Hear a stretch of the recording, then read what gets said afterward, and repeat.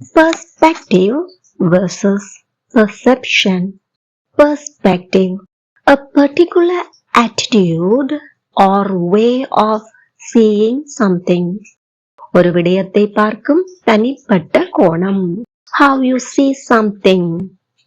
Perception, how you understand or interpret something.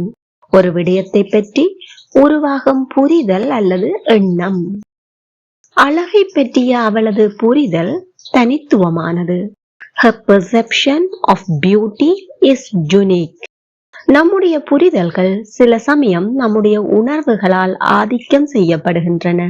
Our perception is sometimes influenced by emotions. பரீட்சை மிகவும் கடினமாக இருக்கும் என்ற ஒரு புரிதல் இருக்கிறது. There is a perception that the exam will be very difficult.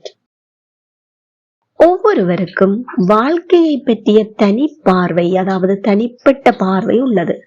Everyone has a different perspective on life. ஆசிரியரின் பார்வையில் ஒழுக்கம் மிகவும் முக்கியமானது.